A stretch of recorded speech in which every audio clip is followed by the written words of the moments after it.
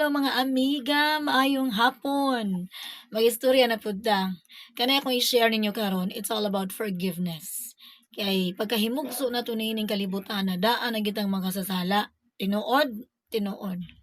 Nahinumduman ako ang usa ka sugilanon nga gisugilon sa akong amahan dugay ng panahon. Nga aduna siya higala, suod nga higala, ug ang maong higala adunay anak nga lalaki nga ulitawhay.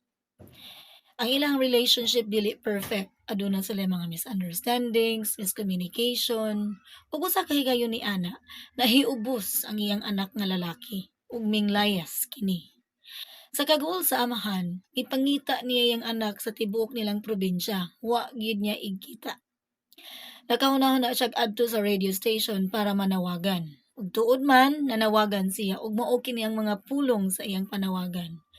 Dear Simon, pakikitae ko ugma pohon sa maong restaurant, udtong dako, gipasaylo ko na ang tanan. Love, Papa. O kinsa may di kumuto ng dughan sa maong mensahe. So tuod man, pagkaugma didto ang amahan nagpaabot ug nangangha siya kay daghan mang Simon ang mingtunga nga makigkita niya. Usa nang iyang anak niini.